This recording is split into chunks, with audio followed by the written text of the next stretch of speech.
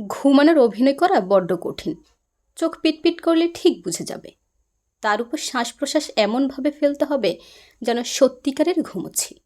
কী আর করা যাবে? মোটামুটি একটা চেষ্টা করেছি আমি। ঘুমানোর নাটকটা না করলে এত কিছু কি শুনতে পেতাম? বিকেলে ট্রেনে স্কুল থেকে ফিরছি। জানালার পাশে বসে আছে দুটি অল্প বয়সী মেয়ে।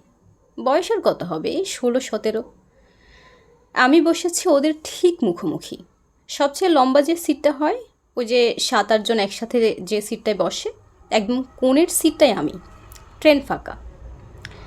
আশেপাশে 2-1 জন ছড়িয়ে ছিটিয়ে বসেছে।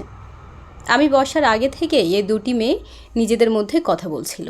কথা হচ্ছিল আমি তো জানি না, তবে যা বুঝতে পারলাম কোনো একটা গুরুত্বপূর্ণ বিষয় নিয়ে আলোচনা চলছে। আমি বসার পরে যে ভলিউমে ওরা কথা বলছিল সেই ভলিউমটা যেন কমে গেল।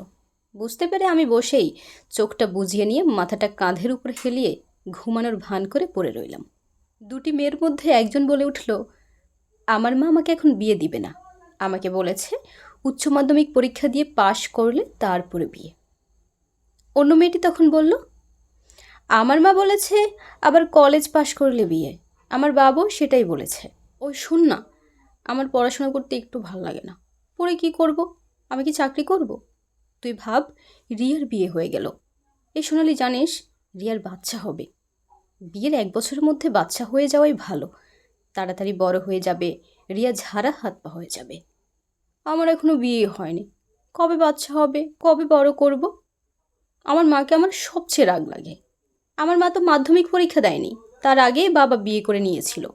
নিজের বেলায় দোষ নেই, আর আমাকে বলে কি উচ্চ মাধ্যমিক পরীক্ষায় পাশ কর তারপরে বিয়ে। সোনালি হঠাৎ করে মৃদু সুরে বলে উঠল, আস্তে কথা বল, ওই লোকটা শুনতে পাচ্ছে সব। ওই লোকটা মানে আমি। সোনালির কথা উড়িয়ে দিয়ে বান্ধবী তখন বলল, ধ্যাত, ও শুনতে পাবে না। হোদলা মুখোটা ঘুমোচ্ছে দেখছিস না? এ বাবা, আস্তে বল, আমি উঠে চলে যাব কিন্তু। আরে উঠতে হবে না, লোকটা যদি জেগে থাকতো আমি ওকে হোদলা মুখো বলছি এটা ঠিক শুনতে পেত। আর শুনলে শুনবে। জানিস, আমার না খুব বিয়ে করতে ইচ্ছে করছে। আমি বিয়ে করলে শ্রীমন্তকেই করব। এই সোনালি, শ্রীমন্ত আমার সাথে মানাবে তো? কেন মানাবে না? দারুণ মানাবে। আমার মা রাজি নয়, বলে তোর থেকে ওর বয়স অনেক বেশি।